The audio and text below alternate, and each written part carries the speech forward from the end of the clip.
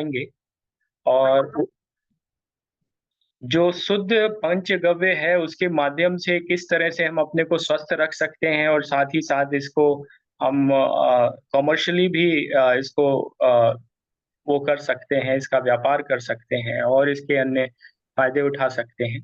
तो उसके बारे में श्री अ, राजा राम जी आज हमें बताने वाले हैं।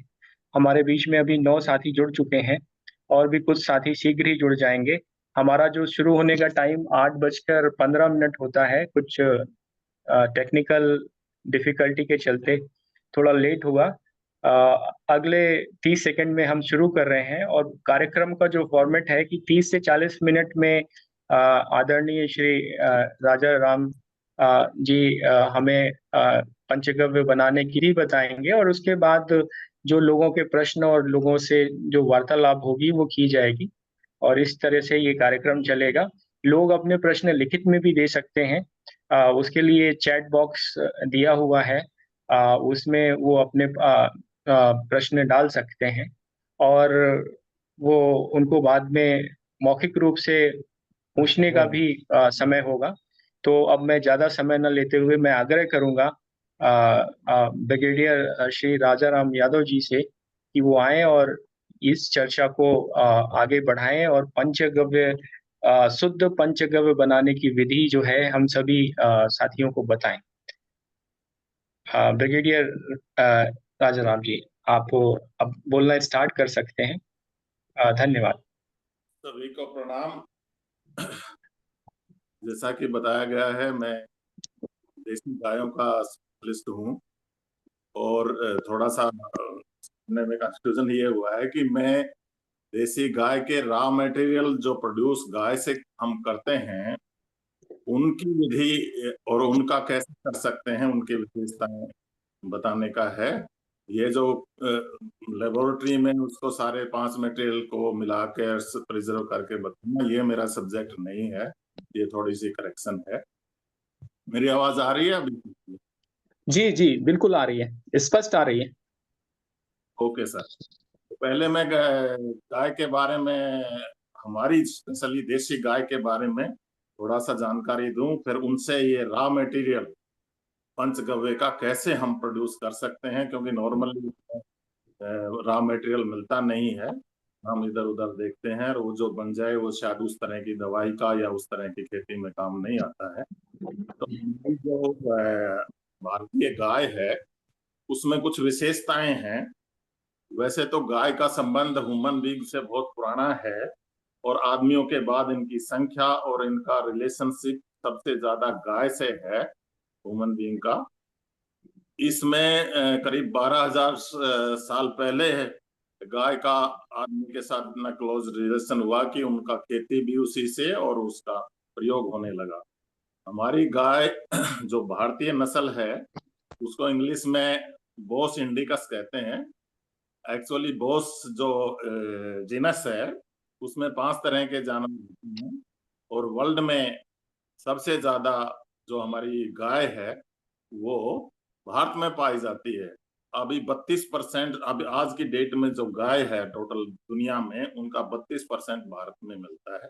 हमारे देश में अभी आज की डेट में 53 ब्रीड्स हैं, अलग अलग वैरायटी को ब्रीड्स कहते हैं, जो अलग अलग एरिया में डेवलप हुई है। पंचगव्य लेने के लिए 5-6 फैक्टर बहुत इंपॉर्टेंट हैं। आप उस गाय से जो 5 पदार्थ लेते हैं, ऐसे तो 3 पदार्थ हैं, दूध, उसी से दही और घी बनता है, लेकिन जो गोमय और गौ मूत्र है वो मिला के 3 है, पर हम इसको जनरल भाषा में 5 कह देते हैं। दूध, दही, घी, गोमय और गौमूत्र। तो ये लेने के लिए हमारे देश में मैंने बताया 53 वैरायटी है, अलग अलग एरिया में अलग अलग है। हमारी गायों की विशेषता, भारतीय नस्ल की गायों की विशेषता 2 मेन दिखाई देती है फिजिकली।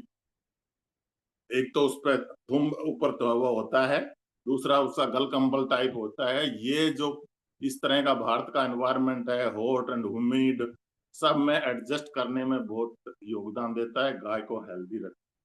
दूसरी उसे उसकी विशेषता ये है कि क्योंकि हमारा सिस्टम जंगल में चरने से, अपनी पसंद की जड़ी बूटी खाने से और उसमें जो घास जड़ी बूटी जो भी खाना खाती है गाय, उसमें अंदर माइक्रोब्स होते हैं छोटे छोटे, जिसको हम धार्मिक भाषा में 33 कोटि देवी देवता इतने हैं, वो माइक्रोब्स होते हैं। वो घास को न्यूट्रिएंट, कार्बोहाइड्रेट्स, फैट्स, विटामिन वगैरह में कन्वर्ट करते हैं, फिर वो एब्जॉर्ब हो जाती है। और वो सबसे ज्यादा और सबसे इम्पोर्टेंट रोल प्ले करता है ये पांचों पदार्थ की क्वालिटी अच्छा रखने में और इनका अच्छा पदार्थ बनाने के लिए। वो बाकी इनमें 3 करोड़ के करीब होते हैं, 33 वैरायटी होती है, और 3 करोड़ के करीब पर ग्राम इनकी स्ट्रेंथ होती है। यही जल को भी शुद्ध रखते हैं। हमारी, आपने सुना होगा, 100 साल पहले तक गंगा शुद्ध थी, उनमें इनका बहुत बड़ा रोल रहा है। और यही बाकी फर्मेंट करना, ये सब में प्रोसेस है। इनको हेल्पफुल माइक्रोब्स कहते हैं। कुछ वायरस, कुछ बैक्टीरिया, कुछ बैक्टीरियोफेजेस होते हैं जो इनमें साफ करते हैं। तो इस गाय के पेट में ये ज्यादा होना, ये मेरी पर्सनल भी स्टडी है, बिल्कुल काउंट किए हुए हैं, और साइंसदानों की स्टडी है, ये बड़ा रोल करते हैं इसमें। जब गाय घास या कोई भी खाना खाती है तो उसके 4 पेट होते हैं, तो एक में वो स्टोर करती है, फिर वापस आता है, जिसको हम जुगाली कहते हैं। तो ये जुगाली कर में वो सारे बैक्टीरिया इसको छोटे टुकड़े बनाकर उसको काटते हैं, फिर वो वापस चला जाता है। आपने देखा होगा जब गाय जुगाली करती है बैट में, तो उसमें व्हाइट व्हाइट गिरते हैं। इसमें ये बहुत ही माइक्रोब्स होते हैं जो बहुत यूजफुल होते हैं। इन्हीं से फिर आगे चल के कुछ गोबर में जो बाहर आता है गोबर, तो उसमें न्यूट्रिशन तो एब्जॉर्ब हो जाते हैं गाय के थ्रू, और उस गोबर में एक सफेद सी झिल्ली होती है। ये झिल्ली में सारे गुण होते हैं जो इन माइक्रोब्स की होती है, एक्सट्रैक्ट होता है इनका। तो इनसे ही आपका रेडिएशन को रोकती है, इनसे ही बैक्टीरिया, दूसरी बीमारी वाले बैक्टीरिया को रोकती है। आप जानते होंगे हमारे सिस्टम में रसोई को गोबर से लेप लगा देते, गाय से गोबर, लेकिन क्योंकि इनका ये लाइफ है, इनका थोड़ा वाह। होता, 15 दिन के लिए वो दोबारा से लगाना पड़ता है। तो गाय का जो ये 5 पदार्थ है, इसको शुद्ध फॉर्म में लेने के लिए हमारे पास 6 फैक्टर बहुत जरूरी है। नंबर 1, गाय की वैरायटी, गाय की ब्रीड। सबसे अच्छा प्रोडक्ट उसका बनता है उस एरिया में जो उस एरिया की लोकल भारतीय नस्ल की गाय, शुद्ध फॉर्म। जैसे केरल में वेचूर होती है, यहाँ राजस्थान में साहिवाल, थारपारकर, इस तरह की होती है। तो ये उसी नस्ल का अगर ये पदार्थ लेंगे तो उसमें उसमें ये अच्छे गुण वाले अच्छे पदार्थ पांचों मिलेंगे। दूसरा, उसका खाना पीना, ये बहुत जरूरी है। अब प्लास्टिक गाय खा रही है आज की डेट में, तो उसमें से ये अच्छा पदार्थ बनने की उम्मीद नहीं है। तो उसको, उसके लिए हमें उस गाय को अच्छा खाना, हो सके तो केमिकल रहित खाना होना चाहिए, क्योंकि जो सब बड़ा रोल इन माइक्रोब्स का है। और आप केमिकल का खाना देंगे तो ये माइक्रोब्स मर जाते हैं, या इतनी परसेंटेज में, इतनी वैरायटी में नहीं रहते हैं जो अच्छा काम प्रोडक्ट बनाने में मदद करे, तो वो रिड्यूस हो जाएगा। ये खाना हमारे पहले सिस्टम में ये ग्रेजिंग होती थी, गाय अपनी पसंद की घास खाती थी, घास खाती थी, और वो घास इसमें आगे बढ़ती थी। लेकिन अभी ये जो घर में रहकर इस तरह का खाना हम आर्टिफिशियल देते हैं, जिसमें क्रॉप में, हर एक क्रॉप में तो इंसेक्टिसाइड और क्या क्या डालते हैं, तो वो क्वालिटी का खाना कम रह गया है। वो भी एक अच्छा होना चाहिए। नंबर 2, हेल्थ गाय की। आजकल जितनी गौशाला में गाय है, इतनी भीड़ से खड़ी हुई है, और मैं आपको गारंटी देता हूँ, क्योंकि मैं वेटरनरी डॉक्टर भी हूँ, 90% गायों में ऐसी डिजीज होती है तो एक दूसरे से कांटेक्ट में फैल जाती है, जैसे ट्यूबरकुलोसिस है, ब्रुसेलोसिस। तो उसको हेल्दी होना भी, अच्छा प्रोडक्ट लेने की जरूरी है। ये तो आम आदमी भी, कोई भी सोच सकता है। तीसरा है उसका मैनेजमेंट। मैनेजमेंट में यह है कि उसको कैसे रखना है, उसको किस तरह का पानी, हवा होना चाहिए। तो वो अगर ठीक है तो ये प्रोडक्ट भी सिद्ध है। Number 6, environment. उस किस एनवायरमेंट में रखे हो। ज्यादातर हमारी गौशालाओं में मेरा भी है कि वो बिल्कुल ऐसा हुआ है, ना तो हवा शुद्ध है, ना पानी शुद्ध है, ना वहाँ आराम से बैठ सकती है, बीमार गायों के साथ रहती है, तो उसका भी ये प्रोडक्ट शुद्ध नहीं। चारों प्रोडक्ट जो भी। और लास्ट प्रोडक्ट है फ्रेशनेस। हम छोटे थे तो हमारी माँ सप्ताह में 1 बार या 2 बार पंचगव्य बनाती थी हमारे लिए। पंचगव्य एक इम्यूनिटी बूस्टर है बहुत अच्छा, वो इन बैक्टीरिया और इन सब के कारण है। तो वो पंचगव्य बनाती थी, उसी दिन थोड़ा सा डायरेक्ट गोबर का वो सफेद झिल्ली ले लेती थी, थोड़ा यूरिन डालती थी, और उसी गाय का शुद्ध ताजा दूध और घी और दही भी, तो उसको बना के हमें खीर की तरह बना के, और हमें 1-1 चम्मच, आधा-आधा चम्मच रोज देती थी। या तो रोज बनानी है तो, नहीं तो सप्ताह में 1 या 2 बार देती। आजकल क्या है, पंचगव्य कॉमर्शियल हो गया। कहाँ से गोबर आ रहा है, कहाँ से ये आ रहा है, किसी को पता नहीं। और उसको सब मिला के और बोतलों में भर के और उसका प्रिजर्व कर लेते हैं। तो ये कितना इफेक्टिव है मैं नहीं कह सकता, पर शुद्ध रॉ मटेरियल लेना है तो ये 4-5 पॉइंट मैंने बताया वो जरूरी है। तीसरा लास्ट पॉइंट है गाय की चेतना, या गाय का इंडिविजुअल पर्सनल उसका बिहेवियर और उसका आदमी के साथ बिहेवियर। ये हमारे धार्मिक इश्यू में बहुत इंपॉर्टेंट फैक्टर है, और उसको आप ठीक से हैंडल करते हो, प्यार से रखते हो उसका। आजकल आपने सुना होगा एक बातें चल रही है, हगिंग, तो लोग गाय से ऐसे प्यार से रहते हैं, उस पर भी उसका भी असर इन पे पड़ता है, इन पंचगव्यों का लेने के लिए। और लास्ट पॉइंट है फ्रेशनेस, मैंने बता दिया है वैसे, पर हम फ्रेश जितना फ्रेश देंगे उतना ही वो इफेक्टिव होगा। आप प्रकृति के जो बायो मटेरियल है या जो ऑर्गेनिक मटेरियल है, उसका क्वालिटी है कि जब तक वो जिंदा है तो उसमें प्रकृति ही उसको फ्रेश रखती है, लेकिन जैसे ही वो जीव से खत्म हो जाता है, चाहे सब्जी हो, फल हो, चाहे दूध हो, चाहे दही हो, तो उसमें दूसरे टाइप के माइक्रोब्स घुसते हैं और उसको डिस्ट्रॉय करने की कोशिश करते हैं। ये प्रकृति का नियम। तो हमें इसको जितनी जल्दी हो सके जल्दी यूज कर लेना चाहिए। ये तो जो हम ह्यूमन बीइंग के लिए पंचगव्य बनाते हैं। अब पंचगव्य खेती के लिए भी बनता है। पंचगव्य दवाइयों में बनता है, और पंचगव्य न्यूट्रिशन में भी काम आता है। इसके बड़े यूज है। ये जितना फ्रेश उतना अच्छा है, लेकिन अभी सिस्टम ऐसा हो गया है, और हमारी गायों का भी रख रखाव का सिस्टम ऐसे हो गया है कि गाय कहाँ है, जंगल में क्या खा रही है, कुछ नहीं पता। तो ये तो पंचगव्य के पदार्थ जो हैं, जो रॉ मटेरियल है, वो शुद्ध पूर्ण करने का तरीका। अब ये इनमें जो 4-5-6 पॉइंट बताए हैं मैंने, इनमें सबसे इंपॉर्टेंट पॉइंट है कि उसका माइक्रोबियल, रूमन का माइक्रोबियल वैरायटी उतनी हो अच्छे वालों की, और उसको हम कैसे मेंटेन करें। क्योंकि पहले हमारे यहाँ गाय चरने जाती थी, और वहां से सब 5-6-10 गायों को सुबह जाती थी, शाम को आती थी, बैठ के जंगल में ऐसे रहती थी। फिर उनका जो सफेद सफेद झाग में माइक्रोब्स गिरते थे, वो उनके बच्चों को भी और आपस में भी ट्रांसफर हो जाते थे। अब गाय या तो इंडिविजुअल रहती है, एक ही घर में बंद रहती है, तो उसके अंदर जो माइक्रोब्स हैं वो तो शायद बढ़ेंगे, लेकिन ये वैरायटी और ये अच्छापन नहीं आता है।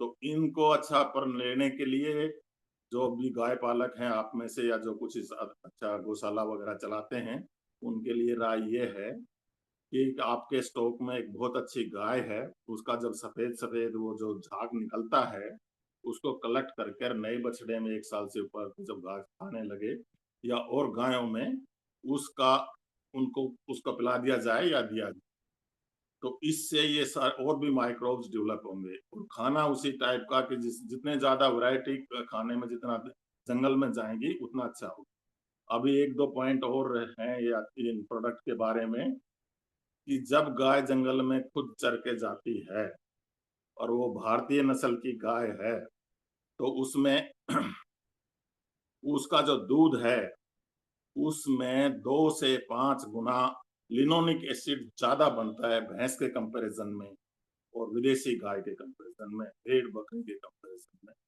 इसका रीजन ये है कि वहां जब वो एक्सरसाइज भी होती है, आप भी जानते हैं, तो इम्यूनिटी बूस्टर है लिग्नोनिक एसिड, तो 2 से 5 गुना अब वो दूध की क्वांटिटी कम भी हो सकती है, लेकिन उसकी वैल्यू बहुत ज्यादा है। एक दूसरा फैक्टर आजकल बहुत फैल रहा है कि A2 मिल्क और A1 मिल्क, हमारी सारी दूध देने वाली नस्लों का, चाहे भैंस भी हो, बकरी भी हो, ऊंट भी हो, उनका A2 दूध है। मतलब उसमें A1 दूध में एक डिफेक्ट आ गया है। वो डिफेक्ट ऐसे आया है कि अब म्यूटेशन होके उसमें एक छोटा प्रोटीन बनता है दूध में, 67 पर कहते हैं उसको सिंपल भाषा में। और वो प्रोटीन बच्चों में 4 साल से नीचे स्पेशली और बुजुर्गों में ब्लड ब्रेन बैरियर भी क्रॉस कर जाता है। तो उससे आजकल माना तो ऐसा गया है, किताब भी लिखी गई है कि milk in devil, devil in the milk, वो भारतीय नस्ल में बिल्कुल नहीं है। और जो क्रॉस ब्रेड है उनमें जो और सफेद और काली गाय, जिसको HF बोलते हैं, होल्स्टाइन फ्रीजन, उसमें सबसे ज्यादा पाया गया है। और हमारी क्रॉस नस्ल की जो गाय हैं, सब में नहीं है, उसमें पाया गया है। तो हमारी अगर देसी गाय से वो क्रॉस हुई है तो उसमें भी उतना परसेंटेज वो आ सकता है। तो ये एक जो भी इससे जुड़े हुए हैं ध्यान रखने की बात है। जो बाकी प्रोसेस, क्योंकि मैं उसमें एक्सपर्ट नहीं हूँ, तो जो आप लोग बनाते हैं, कितना गो में डालना है, कितना यूरिन डालना है, उसका मैं ज़्यादा जिक्र नहीं करूँगा। पर एक तो जितना फ्रेश रखा जाए वो है। और ये प्रोडक्ट ऐसी जगह से लिए जाएं, आपकी गौशाला है तो ये सब कंडीशन बनाइए, नहीं तो आप ऐसी जगह से लीजिए जहाँ ये चीजें होती हो। गौशालाओं से ये प्रोडक्ट लेकर फिर गौ में बनाने का फायदा नहीं। गाय का दूध गाय और ह्यूमन बीइंग की न्यूट्रिशन के लिए है प्राइमरी। और गाय का गोमय और गाय का मूत्र धरती के लिए है, खाद के लिए है, उसका मेडिसिन वगैरह इंसेक्टिसाइड भी बना सकते, ये बेसिक है। लेकिन हम कुछ और भी दवाई वगैरह के लिए भी कुछ अमाउंट में लेते हैं। लेकिन हमें इसको ध्यान देना चाहिए, क्योंकि धरती की कंडीशन गाय का गोबर न मिलने से खराब हुई है। गोबर हम एक ये न समझिए, उसमें मेन रोल इन माइक्रोब्स का है। ये माइक्रोब्स आते हैं, फिर उसमें भी नाइट्रोजन, फास्फोरस, ये सब कन्वर्ट करने में मदद करते हैं। और गाय के गोबर का बेस्ट यूज आजकल जो गोबर गैस एक सिस्टम चला है, गोबर को एनारोबिकली उसको प्रोसेस करके गैस निकालने जाती है। ये गैस एनवायरनमेंट के लिए भी खरा है, उसको तो जलाने में काम आ जाती है। और बाद में जो मटेरियल बनता है वो खेत में जाए, जमीन में जाए, वो बहुत अच्छा। कुछ लोग गाय के गोबर से लकड़ी बनाने का काम करते हैं, इस विचार से कि गाय आगे जाएगी। लेकिन लकड़ी बनाने में वो जो पृथ्वी के लिए उसका खाद है, वो ही तो आप ले रहे हैं। और मैं इस बात को सेकंड चॉइस समझता हूँ। पहली चॉइस गाय का गोबर धरती के लिए है। गाय का पेशाब में भी इसी तरह हमारे स्पेशली हमारी गायों में विशेषता है, उसमें कुछ ऐसे पदार्थ मिलते हैं जो इवन मक्खी को भी नष्ट कर देते हैं। इंसेक्टिसाइड की ज्यादा वैल्यू है, कुछ न्यूट्रिशन में के लिए भी उसमें अच्छी चीज मिलती है। तो उसको भी इंसेक्टिसाइड टाइप बनाने में ज्यादा यूज होना चाहिए एग्रीकल्चर के लिए फसलों की। ये तो पंचगव्य के बारे में बात।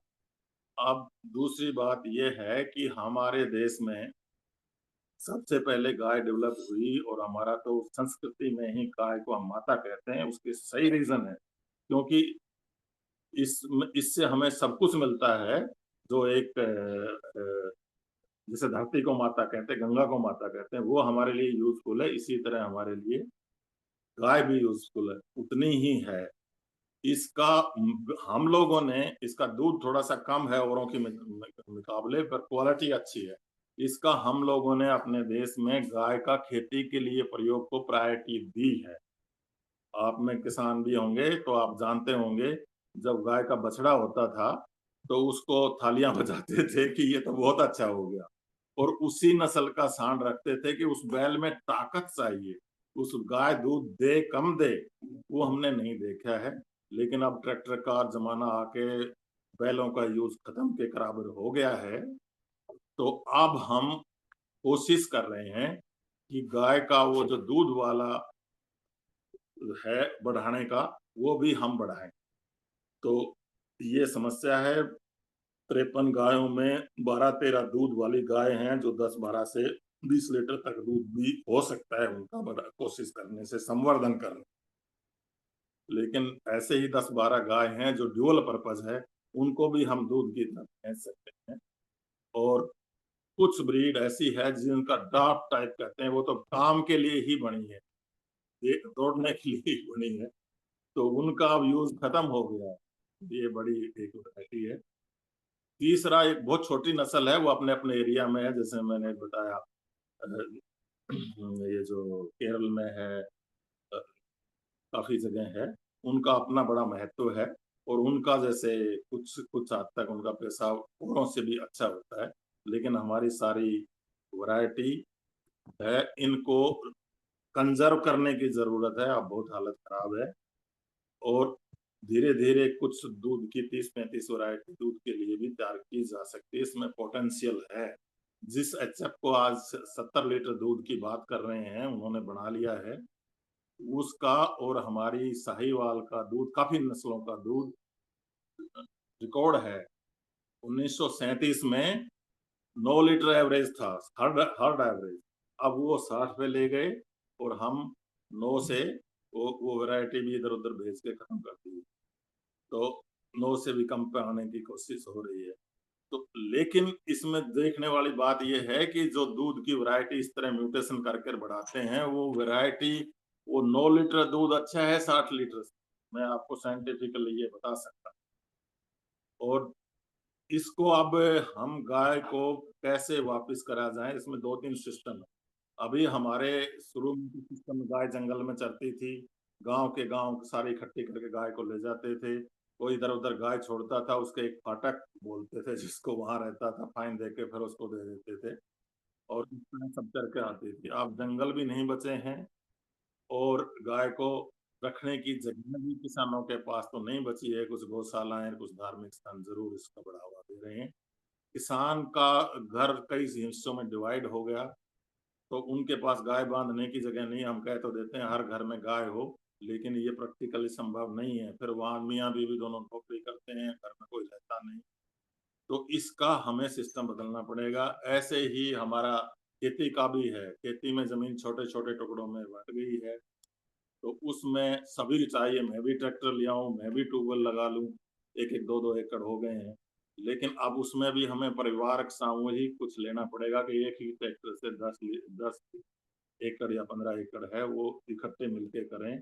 ऐसे ही गांव में भी, पंचायतों में भी अब हमें सामूहिक गोपालन, सामूहिक और खेती या प्राकृतिक खेती की तरफ कुछ ट्रेनिंग देके आगे बढ़ना पड़ेगा गांव, क्योंकि आप लोग गांव में भी ज्यादा काम करने के उसमें हैं। तो ये सिस्टम हमें लाना पड़ेगा। गाय जो पालते हैं आज की डेट में, उनको बहुत बड़ी समस्या है, और वो अभी जंगल में भी समस्या है। सब तो अर्बनाइजेशन हो गया, शहर हो गए, उसमें तो जहरीली चीजें हुई है। तो उसको आगे कुछ और पॉलिसी के थ्रू हमें आगे ले जाना पड़ेगा। ये तो गाय के बारे में बात है। बाकी आप क्वेश्चन पूछेंगे तो मैं उसमें बता दूंगा। धन्यवाद।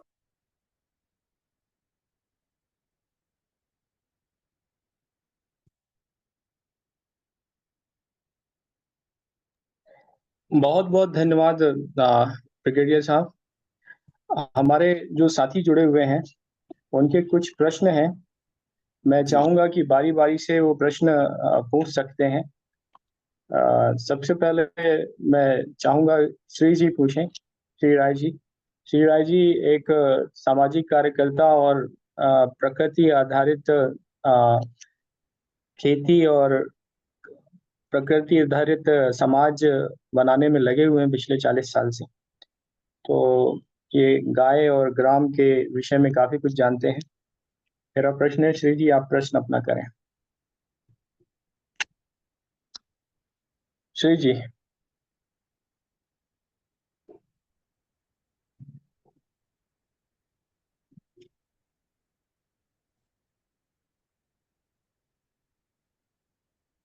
राकेश कुमार पांडे जी।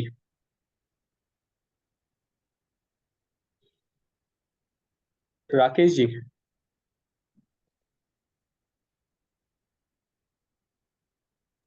जी सर, नमस्कार, मैं सुन रहा हूँ। जी जी, आपका कुछ प्रश्न है ब्रिगेडियर श्री राजा राम जी से? काम जी कर रहे हैं।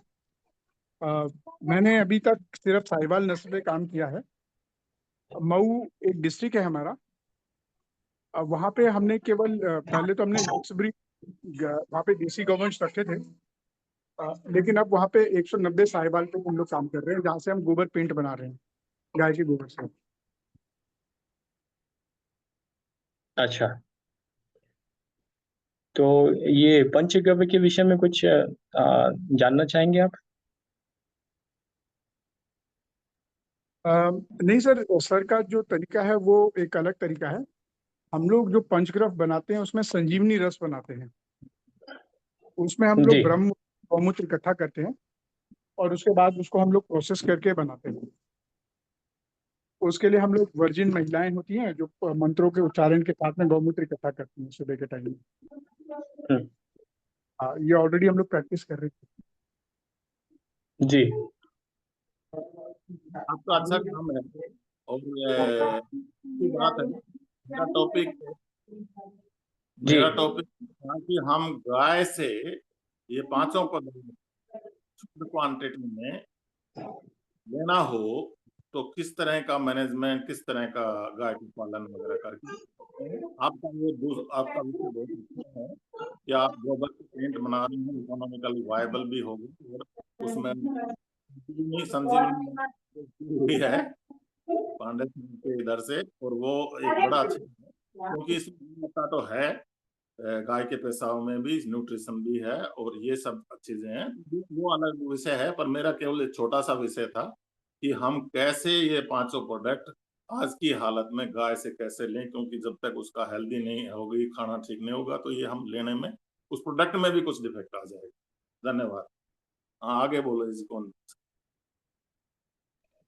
अन्य साथी गोपाल जी, आपका प्रश्न क्या है? गोपाल जी। मैंने अपना गोपाल जी। मैंने अपना सारा बिंदु जो है मैंने चैट बॉक्स में डाल दिया है। मेरा अनुरोध है हमारे गुरु एक राजा बार राम पढ़ यादव के भी जी बता से। दीजिए। हाँ, मैंने कहा है कि A1 और A2 दूध के बारे में जानकारी देने का कष्ट करें। जब गाय पॉलीथीन खाएगी, कूड़ा कचरा खाएगी, तो दूध शुद्ध कैसे रहेगा? सरकार गाय के आहार के मद में 30 रुपये निर्धारित करने का कारण क्या है? इस राशि को बढ़ाने हेतु क्या किया जा सकता है? ग्राम सभा के जमीन का 5% गोचर भूमि के रूप में संरक्षित करने हेतु सुप्रीम कोर्ट के आदेश के बाद भी गोचर भूमि को अतिक्रमण मुक्त करने के प्रति सरकार उदासीन क्यों है? इस हेतु जनता को क्या करना चाहिए? गौशाला गौशाला प्रबंधन, नस्ल सुधार, गुणवत्ता सुधार एवं प्रमाणन, विपणन, बैल और सांड का सदुपयोग, पंचगव्य, दुग्ध उत्पादन, सौर ऊर्जा, बायोगैस, गो थेरेपी और ग्रामीण सशक्तिकरण का संयुक्त मॉडल देश में कहाँ-कहाँ चल रहा है? यही मेरा छोटा सा प्रश्न है। लास्ट में मैं एक बात मैं कहता हूँ, जब गाय रहेगी दुखी तो जनता कैसे रहेगी सुखी? बस इतनी सी बात। गोपाल जी नमस्ते। जी गोपाल जी नमस्कार आपका सर। नमस्कार सर। आपका बहुत अच्छा विचार है और बहुत अच्छा क्वेश्चन है। आप आरटीआई में ये चीज सीधा डालते हैं और आगे भी डालते रहे। मेरा छोटा सा विषय था, वैसे कई जगह हो रहा है ये काम, पर मेरा विषय ये था कि फिर भी जो कुछ चल रहा है उसका प्रोडक्ट ठीक लेने के लिए किसान या लेवल पे अपनी बात कैसे करें। ये आप जो बिल्कुल आपने ठीक कहा।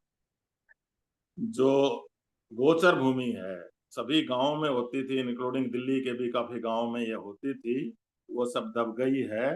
और अब ये सुप्रीम कोर्ट ने शायद आपके आरटीआई और कुछ और लोगों के आरटीआई से ये कहा है कि पहला हक तो गोचर गाय का है।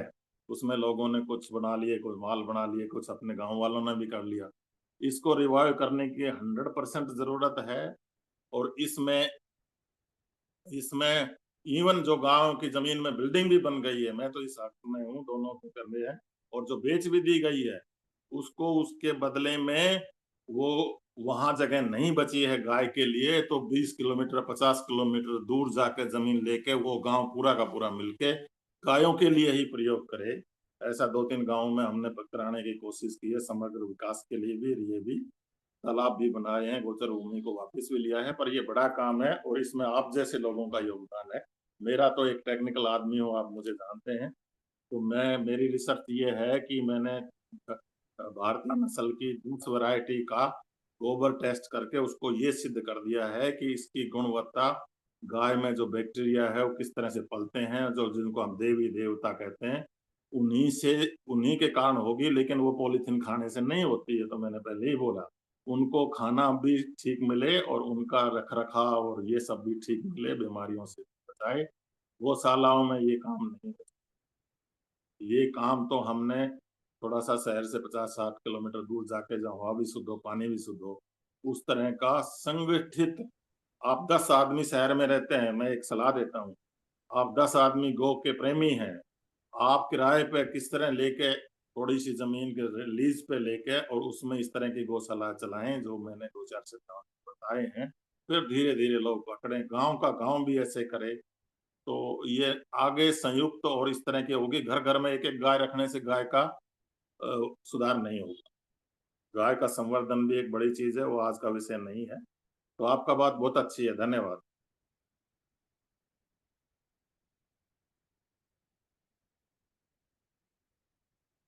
और कोई साहब?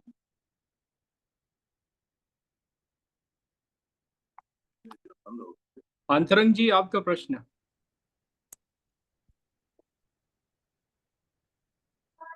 आचार्य अंतरंग जी, आपको सुनाई दे रहा है? जी हाँ, जी हाँ, आपको जी आ रहा है आवाज? जी जी, आ बिल्कुल। रहा है जी। मैं थोड़ा सा अ, अभी अभी बीच में हम डिस्कनेक्ट हो गए थे। शुरू में हम जी सुन रहे थे आपको, तो मैं ज़्यादा ठीक से सुन नहीं पाया हूँ, तो ये मैं सिर्फ इतना ही कि आपको मेरी तरफ से कॉम्प्लीमेंट्स है। और मेरा एक ही निवेदन है कि जो गौ संस्कृति है, यानी गौ आधारित जो आपने जो बातें बताए हैं, बस वह हमारे घर घर में पहुंचे। मैं सिर्फ आपको एक अपनी वेदना सुनाना चाहता हूँ आपको, इसमें शायद सपोर्ट हो। कि गौरक्षा सत्याग्रह जो देवनार कत्ल खाने में चल रहा था, तो मैं वहाँ शामिल होता था, और फिर उसकी यात्राएं में भी शामिल हुआ। उसके सत्याग्रह में जो आंदोलन होते थे, वो गौवंश सत्याबंदी कानून के लिए महाराष्ट्र में, तो ये सारी चीज़ों में मैं शामिल हुआ। तब हमने फिर गाय पर हमने एक प्रोजेक्ट लिखा, और उसकी एक बार हमने उसका प्रेजेंटेशन भी किया। तो जब तक कि हम लोग, और यहाँ पर हम जहाँ भी घूमते हैं गांव में, तो किसानों को हम देखते हैं कि किसान गौ आधारित कृषि, और फिर उसके बाद गौ आधारित जीवन, पंचगव्य की पूरी जो चिकित्सा पद्धति में एक योगाचार्य होने के बावजूद भी पंचगव्य की चिकित्सा, हमारे योगा टीचर्स भी उसको नहीं जानते हैं और पालन नहीं करते। फिर हम आयुर्वेद के अगर डॉक्टर्स के साथ मिलते हैं, तो उन लोगों को भी हम देखते हैं कि इसका पालन नहीं हो पाता है। तो पंचगव्य को लाने के लिए एक व्यापक किस तरह का मूवमेंट होगा, यह एक है कि हमारे मन में यह प्रश्न ही है पिछले 20 वर्षों से। और दूसरा है कि जो बहुत सारे लोगों ने, जैसे यहाँ डॉक्टर कमल तौरी जी ने पंचगव्य यूनिवर्सिटी के लिए ये प्रयास किए कर रहे हैं, और बहुत सारे लोगों ने गाय के ऊपर में काम करने की कोशिश किया है। तो मेरा यही है कि यह आम आदमी कैसे इसको स्वीकार करे, और खासकर किसान इसको कैसे अपने जीवन में लाए, कैसे उससे विश्वास हो। और इसके जो पंचगव्य की ग्रामोद्योग है, जो कई कुछ ही जगहों तक है, जैसे कि पथमेड़ा के लोग हैं या पतंजलि के लोग हैं, या कुछ कुछ लोग हैं जो इसको कर पाते हैं प्रॉफिटेबली, नहीं तो बाकी लोगों को इसकी जो इकोनॉमिक सस्टेनेबिलिटी है वह नहीं हो पाती है। इन सबों के लिए आप मार्गदर्शन करें कि कैसे हम लोग इसमें व्यवहारिक रूप में लोगों को जोड़कर और इसको हम आर्थिक स्वावलंबन की ओर ले जा सकते। जी धन्यवाद। जी साहब, आपका बिल्कुल, आपका क्वेश्चन बहुत ही अच्छा है।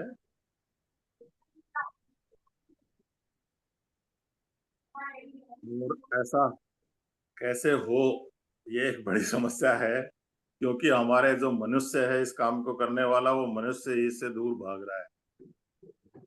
तो मेरी तो इसमें ये राय है छोटी, कि हम दोबारा से ग्रामीण संस्कृति को आधारित उद्योग, प्राकृतिक खेती और इवन शिक्षा में, हेल्थ में जो आपने जिक्र किया, उसमें दोबारा लौटने की जरूरत है।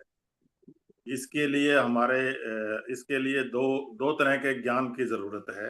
आप क्योंकि इसमें ज्ञान में, शिक्षा में हमसे बहुत अच्छा जानते हो, कि पहले तो हम प्रकृति का ज्ञान ही समझें। प्रकृति में गाय भी आ गई। प्रकृति इसलिए इतने ये सिस्टम बनाया है, और उसमें मनुष्य का क्या उसकी तरफ से निर्देश है कि मनुष्य को किस तरह करना चाहिए, मतलब मानवता के हिसाब से वो प्रकृति की तरफ आए। तो इस तरह छोटा छोटा फिर एक दो गांव में ऐसा आप जैसा विद्वान बड़े लोग मिलके और इसको एक छोटा ग्रुप बनाए पहले, फिर उनको ये मनुष्यता का ज्ञान और प्रकृति का ज्ञान, और उसमें आध्यात्मिक भी आ गया, क्योंकि मनुष्य तो तभी बनेगा ना जब मनुष्यता समझेगा। तो फिर वो स्कूल से ही चालू करके और हम धीरे धीरे आगे बढ़े और एक बड़ा ग्रुप बनाते हुए थोड़ा सा आज की डेट में, क्योंकि हम उसको भी नहीं बोल सकते परिवर्तन भी परिवर्तनशील है, अब हमने जैविक विविधता को खत्म कर दिया है और हम क्या करते हैं, जैसे ह्यूमन बीइंग की तो ग्रोथ को, ह्यूमन डेवलपमेंट को तो आगे ले जा रहे हैं, लेकिन प्रकृति का और बाकी जीव जंतु का डेवलपमेंट में बहुत पीछे हो गए हैं। तब वापिस प्रकृति ही समझ आएगी, तभी शायद हम वापस बढ़ सकते हैं।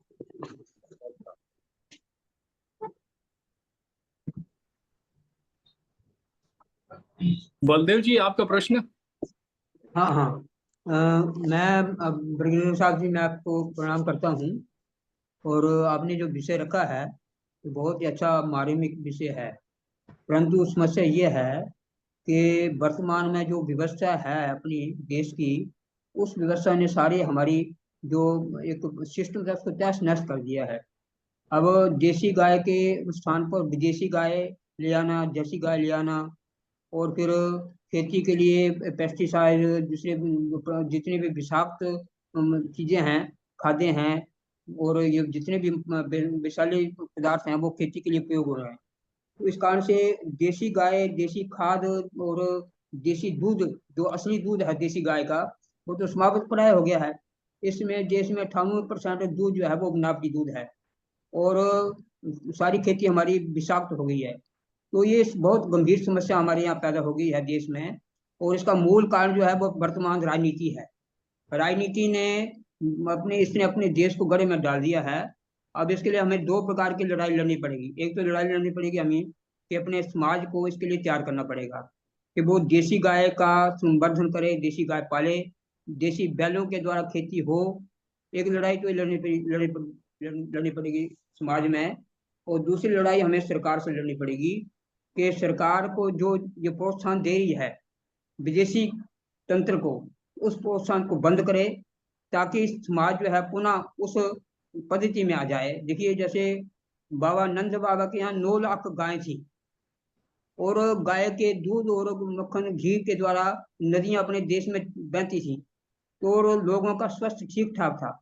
आज जो है बनावटी दूध के कारण से बनावटी घी, बनावटी मक्खन, बनावटी दही, इसके कारण से जो रोगग्रस्त अपना समाज हो रहा है, तो बहुत बड़ा चैलेंज हमारे देश और समाज को है। इस चैलेंज को स्वीकार करना है और उस चैलेंज के प्रति संघर्ष करना और पुनः पुरानी जो पद्धति है उसको लाना, इसके लिए बहुत बड़ा संघर्ष करना पड़ेगा। तो आप बहुत बड़ा एक अच्छा काम कर रहे हैं।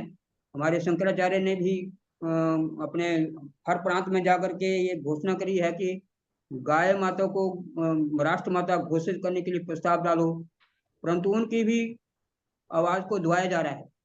तो वर्तमान में जो षड्यंत्र चल रहा है, षड्यंत्र के प्रति हमें बाकायदा संघर्ष लाना पड़ेगा। तो मैं आपको भूरी भूरी इसके आपके लिए मैं प्रार्थना करता हूँ भगवान से कि आप इस काम में लगे रहें, हम भी इस काम में आपका सहयोग करें, तब जाकर के कुछ स्थिति ठीक होगी। धन्यवाद। धन्यवाद साहब, आपकी बात बिल्कुल सत्य है और आप तो गुरुजी हैं, हम क्या बोले।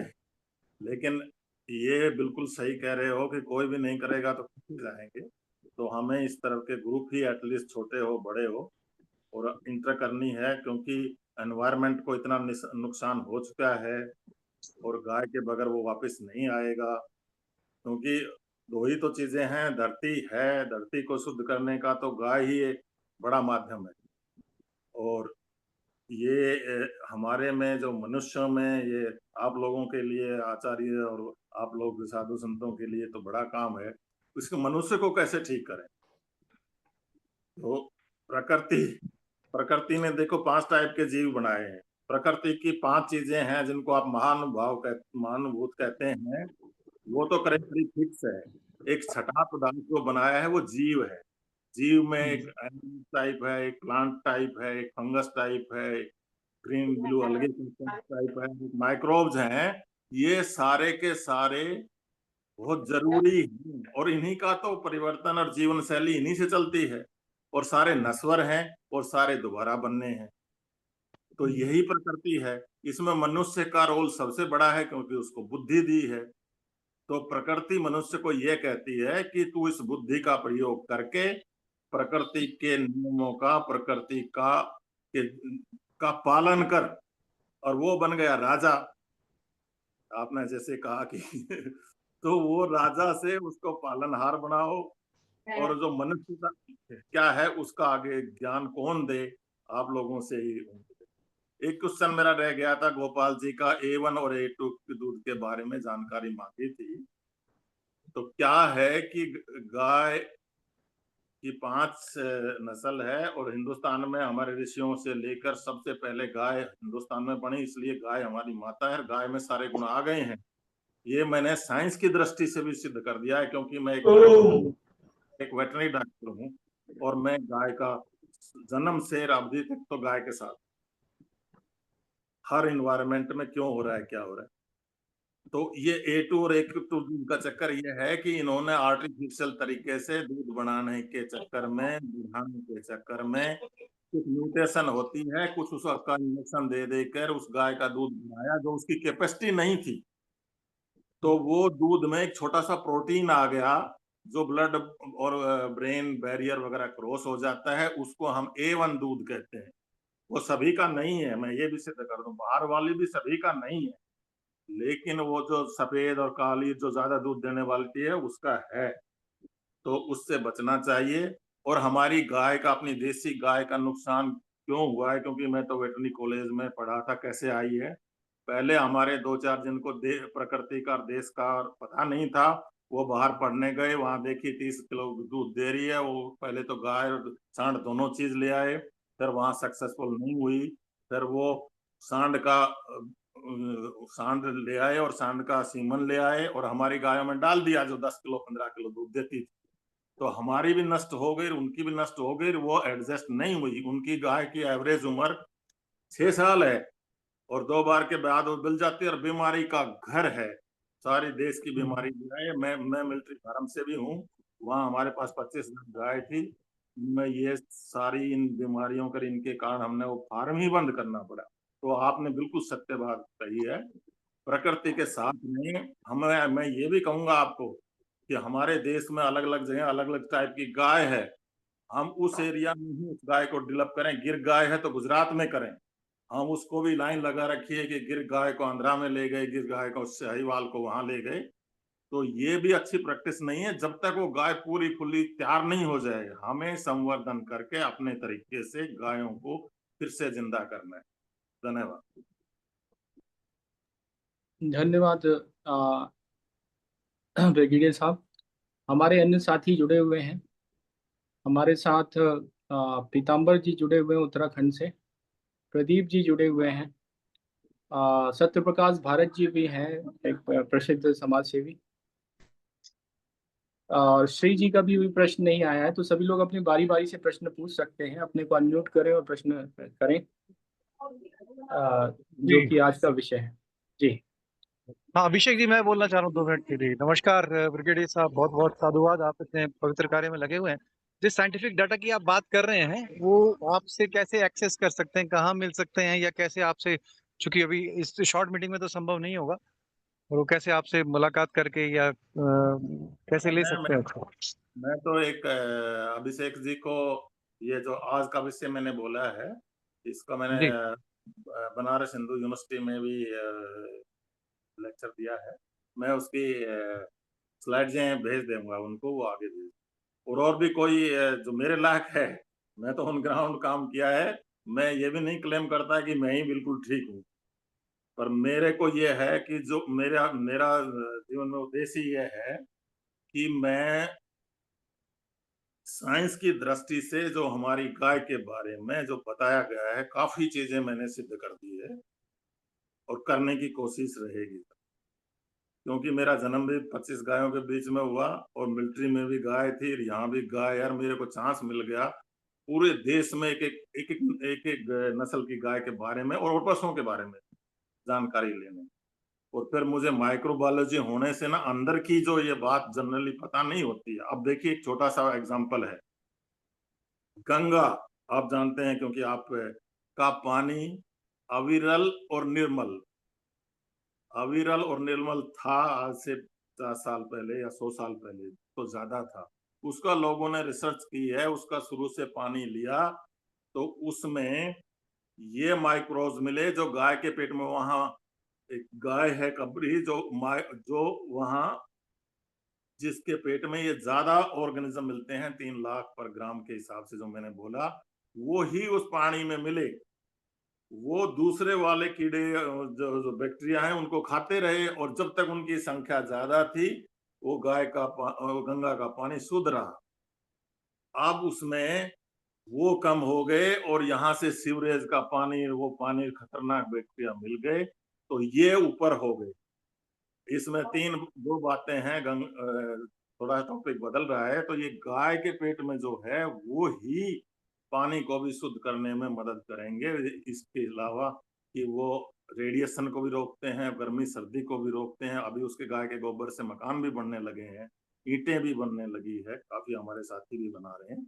तो ये, क्योंकि इसमें एक ही चीज है कि ये जो गोबर में और जो इसमें ये नस्वर है, मतलब कुछ टाइम में इसकी वैल्यू खत्म हो जाती है। तो वो हमारी माताएं तो बार बार लिखती थी। अब वो ये इस चक्कर में कि लोग लिखते हैं, तो ऐसा हो गया कि तो वो दोबारा लेना पड़ेगा। जी। अन्य साथी श्री राय जी, आदरणीय सत्य प्रकाश भारत जी, आदरणीय श्री राय जी, आ, अपना प्रश्न कर सकते हैं। हाँ, इस विषय में किसी और दिन राकेश भाई को भी सुनना चाहिए। राकेश पांडे जी कुछ कह रहे थे, तो एक डिटेल उनसे भी एक बार सुन लिया जाए, और उसमें ब्रिगेडियर साहब भी रहें उस डिस्कशन में, तो और अच्छा रहेगा। Thank you. जी। आ, श्री जी सत्य प्रकाश जी, पीताम्बर जी अपना प्रश्न कर सकते हैं उत्तराखंड से। दीक्षित जी के साथ थे पीताम्बर जी, और काफी आ, वरिष्ठ हैं।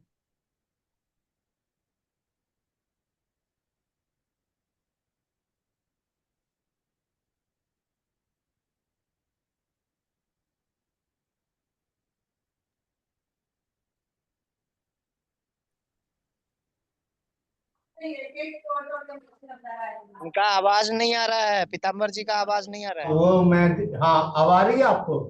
हाँ अब हाँ, आई अब आ है। रही है, हाँ, अब आई अब आ रही है। हमारे भाई सत्य प्रकाश जी हैं, वो बोले तो ज्यादा अच्छा है। हम लोग बहुत पुराने मित्र हैं और अपना पूरा जीवन इस संघर्ष में लगा दिया। भाई जी बोलिए, सत्य प्रकाश जी, अभी मैं बोलता हूँ आपके बाद। मैं अभी सुनने के मूड में हूँ। नमस्ते सभी को। कमाल ही हो गया। मैंने कहा मुझे लगता है कि आप भूमिका बना देते। देखिए, प्रश्न जो पीताम्बर जी है वो करिए, और विषय आपको पता है। हाँ, एक्चुअली क्या है कि हम लोग अपनी ना मूल परंपरा से दूर हट गए। हमारा जो बुनियाद था, हमें गुलामी में इतना ग्रसित रखा गया, हम इतने गुलाम रहे कि हम अपनी मूल परंपरा में, जो हमारी संस्कृति थी, जो देवलोक तक जाती थी, ब्रह्मांड तक, जो जहाँ पे आज सैटेलाइट भी नहीं पहुंच सकती, उन ऋषियों से हम लोग साक्षात्कार होते थे। लेकिन दुर्भाग्य की बात है कि वो जो विज्ञान था, जिसमें हम लोग उन कहते हैं इस ब्रह्मांड के ऋषि मुनियों से बात भी करते थे, और कुंभ जैसे आयोजन में हम उनको कहते हैं उनके आगे समक्ष पूरी पृथ्वी का विचार रखते थे, समस्याएं रखते थे। आज हम लोगों ने अपनी जो कहते हैं ना संस्कृति को अपनी चरित्र से इतना दूर कर दिया। मैं चाहता था कि सत्यप्रकाश जी बोले, लेकिन क्योंकि ये बातें इतनी बड़ी हैं कि आप बहुत आम लोगों को शायद समझ से परे होंगी, मैं कोशिश करूंगा कि आप लोगों को बहुत जनरल चीजों में बताऊं कि ये वो परंपराएं थी जो, जैसे मिस्र और इजिप्ट को आप अपने से अलग कर देते हो, वो 400 साल पुरानी है, आप सोच सकते हो आपसे जुड़ी हुई है। वो किसको पूज रहे हैं? आपने कभी एस्ट्रोलॉजी में कभी जाकर के उन यंत्रों को देखा कि जिस फिलॉसफी को हम विज्ञान आज सोच भी नहीं सकता कि उसको वहां इजिप्ट में माना गया था? और एक नहीं, 10-20 हजार साल तक हमारी परंपरा चली थी। लेकिन हमने ये जो मायावी निशाचरी, जिन्होंने पूरी पर्यावरण, हमारी पवित्र नदियां, हमारे घर पहुंचने वाला अनाज वो विषैला कर दिया, उन दरिंदों को अपना ज्ञान समझ लिया।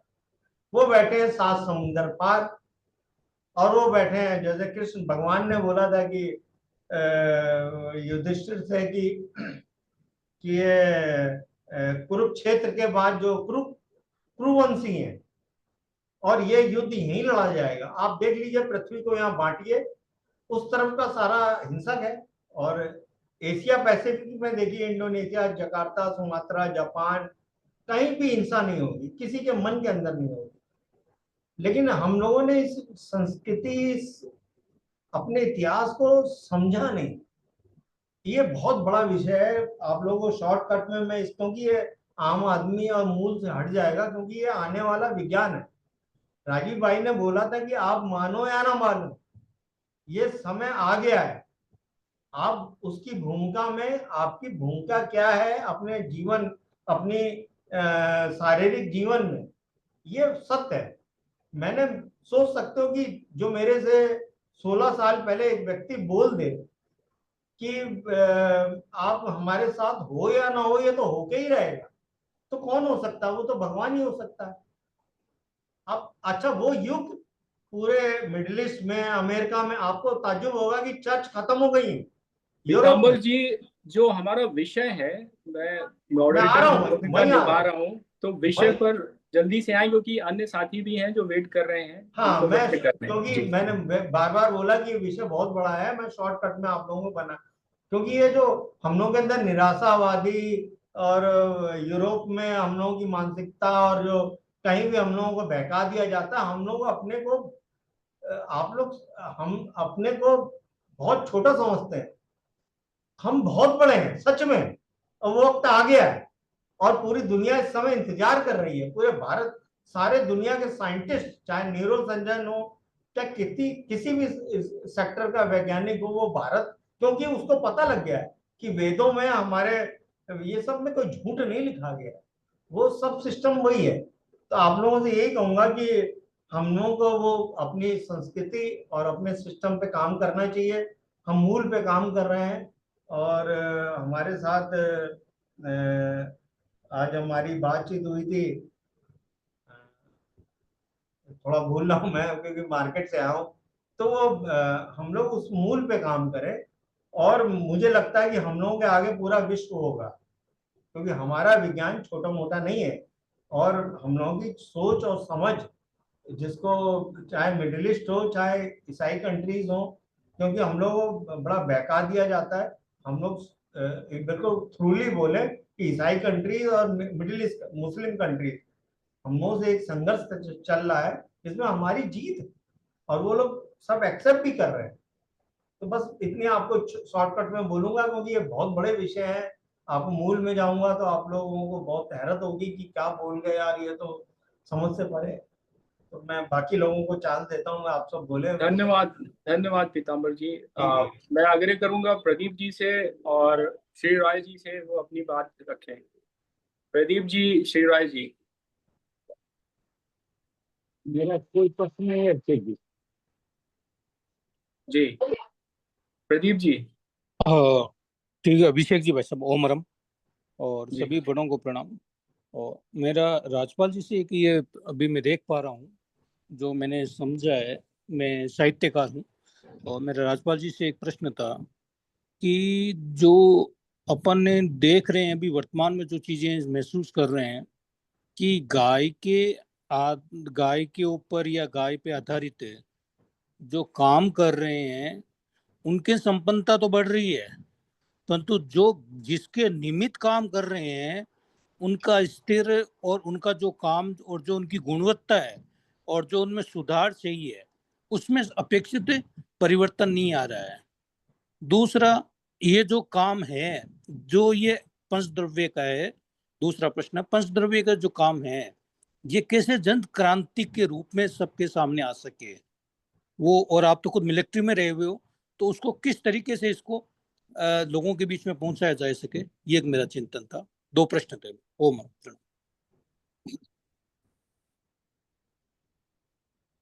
बहुत अच्छा प्रश्न है साहब। शायद मैं भी इतना समक्ष नहीं हूँ, पर मैं कोशिश करता हूँ। नंबर एक, जो आपने कहा कि ये किस तरह आगे पहुंचाया जाए, और ये तो सत्य है कि ये पांचों पदार्थ जो गाय के हैं वो और किसी भी जानवर से अच्छे हैं। और गाय का सभी, क्योंकि ये हम क्यों माता कहते हैं मेरे से अच्छा आप जानते हो। तो इसमें माता तो हम पृथ्वी को कहते हैं, गंगा को कहते हैं, गाय को कहते हैं। इसमें कारण है, वो यही कारण है कि ये आप वो तो दूसरे लोग तो बोलते हैं कि गाय के गोबर की बात करता है, पेशाब की बात करता है, लेकिन इसमें साइंस की दृष्टि से अभी सिद्ध होने लगा है और होगा।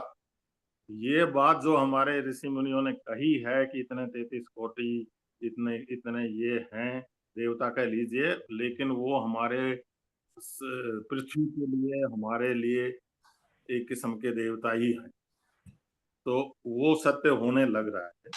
और इसको अब कैसे लाया जाए, ये दो तीन समस्या है साहब। पहले तो मानव को ही चेंज करना, ये आपका आध्यात्मिक और ये मानव सुधार का विषय है। इसमें तो मैं कहना छोटा मुंह बड़ी बात होगी।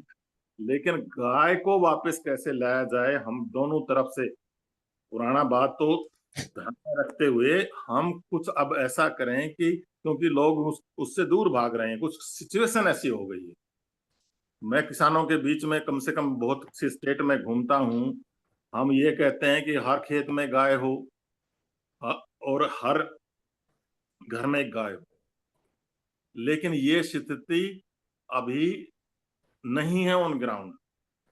खेत में तो मैं आपको बताता हूँ, गायों का मैंने सर्व किया है, अभी 15 लाख के करीब, 14 लाख के करीब देसी गाय है, 14 करोड़, और 5 करोड़ ये अंग्रेजी गाय आ गई है, और 5 ही करोड़ भैंस वगैरह इस तरह बढ़ रही है। तो 20 करोड़ तो टोटल है, जो कि बहुत कम है, पहले बहुत ज्यादा होती। अब इसको जब किसान, मैं ना तो गौशालाओं की बात कर रहा हूँ, ना धार्मिक लोग जो बहुत अच्छे काम कर रहे हैं उनकी बात कर रहा हूँ, कुछ लोग वहां से घुमक्कड़ चराने आते हैं, ये सिस्टम उनको सूट नहीं कर रहा। वो इससे भाग रहे हैं, तो उनको वापस इनकरेज करके कैसे लाया जाए, ये विषय है। इस विषय में मैंने 2 शब्द कहे हैं और ज्यादा डिटेल का तो टाइम नहीं है और मुझे भी नहीं पता है। तो अब हम कुछ ऐसा तरीका निकालेंगे कि हर घर में गाय की बजाय हर व्यक्ति गाय पालन और प्राकृतिक खेती कैसे जुड़े और करे ऑन ग्राउंड। देखो प्रकृति का क्या है, आप बहुत संत टाइप के आदमी हैं सभी। प्रकृति का व्यवसाय क्या है, आप बताइए। प्रकृति का व्यवसाय यह है कि जितने जीव हैं उनका पालन करे, उनका एक साइकिल चलाए कि भाई ये तुम आदमी हो, कोई भी हो, तुम जाओगे फिर दोबारा आओगे, जाओगे फिर दोबारा आओगे, जाओगे फिर दोबारा आओगे, ये सर्कल बने और सब मिलजुल के और साथ रहें। अब शहरों में हमने सारी चीजें बाहर निकाल दी, पेड़ भी बाहर निकाल दिए जो ऑक्सीजन साफ करता था, बाकी जो काम करते थे वो सभी, वो सिस्टम बदल दिया। अब हम आदमी आधारित विकास में लगे हैं, बम बना रहे हैं। प्रकृति का काम तो इवन सड़क बनाना भी नहीं है, प्रकृति का काम है कि ये जीव फूले फले, इनकी सुरक्षा हो और फिर से एक साइकिल चले और फिर आए। बाकी 5 तत्व तो बाकी हैं वो तो करीब फिक्स हैं, ना तो जमीन बढ़नी, ना आकाश बढ़ना, ना हवा बढ़नी, ना पानी बढ़ना। हाँ, एनर्जी थोड़ी सी सन से आती जाती मिलेगी। तो ये जो चेंज होने वाला चीज है वो लाइफ है, वो लिविंग है, वो ये जीव है। तो इस जीव में ह्यूमन बीइंग भी है। तो ह्यूमन बीइंग को ये प्रकृति का ज्ञान ही नहीं होगा तो वो इनका क्यों ध्यान देगी। हमारा पशुपालन या गोपालन आप और कहिए हमारे देश के लिए, और खेती, ये हमारा प्रकृति का विषय, हमारा विषय है ही नहीं। हम तो प्रकृति के विषय में सब लोग मदद करें, सब सिटीजन, चाहे वो खोज में है चाहे मास्टर है, वो इसको ऑन ग्राउंड करे। अब ऑन ग्राउंड में समस्या ये होगी कि हर घर में गाय नहीं रखी जाती, हर खेत में गाय नहीं रखी जाती। मैं आपको डाटा दूं, जो गाय पालते हैं वो 89% जमीन ही नहीं है उनके पास। तो इन सबको कैसे एडजस्ट किया जाए। इनमें एक तो ग्राम से हमारी संस्कृति बहुत अच्छी थी, गोचर भूमि थी, सब थी, सब हम मिलके इन गायों का आगे बढ़ाएं। शहर में रह रहे वो भी 10-10, 20-20 का ग्रुप बना के अपनी छोटी छोटी गोपालन करे और खेती भी करे, चाहे किराए पर लेके जमीन करे। इसकी तरफ आना पड़ेगा और आने के लिए उसको, आदमी को प्रकृति का ज्ञान होना चाहिए। कौन देगा, आप जैसे लोग देंगे।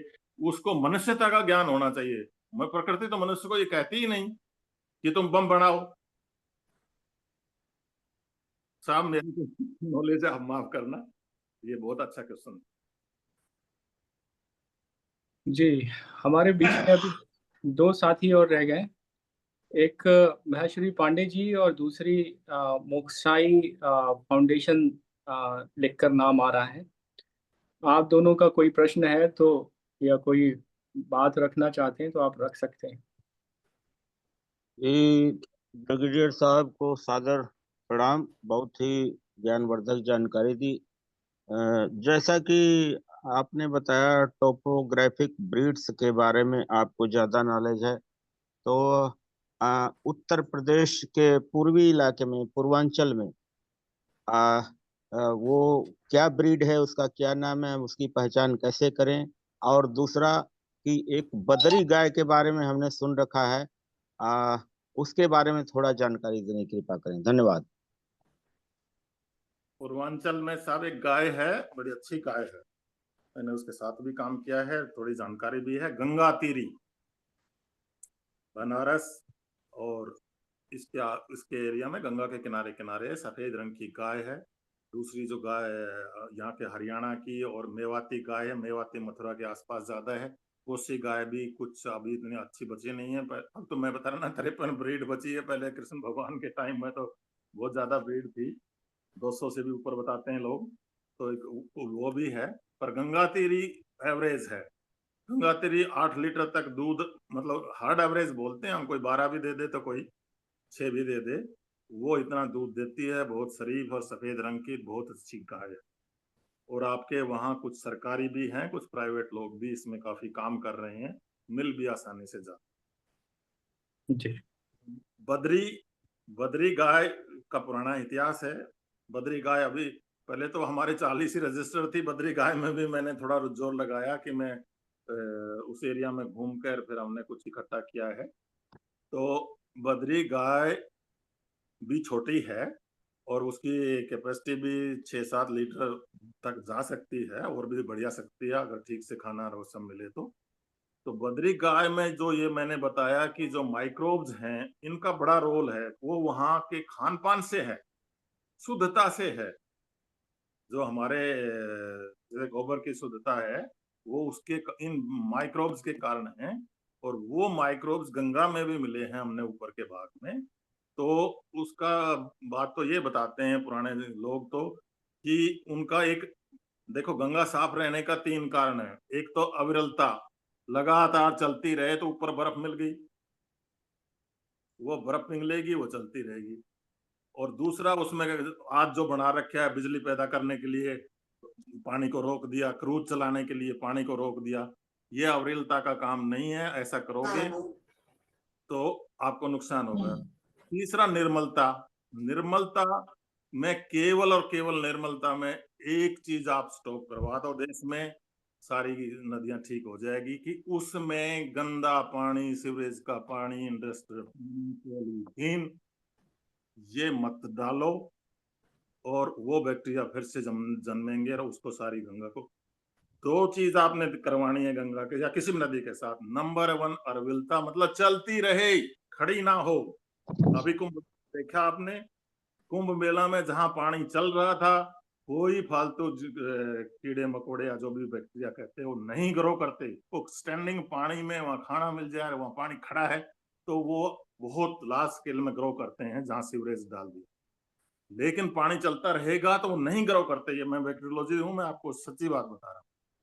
तो इसको आप चलती रहने दो और इसको आप बाहर से मत डालो, बस 2 बात है। अब बाहर से मत डालो एक बहुत मुश्किल काम है देश के लिए, पर कोई सोच ही नहीं रहा।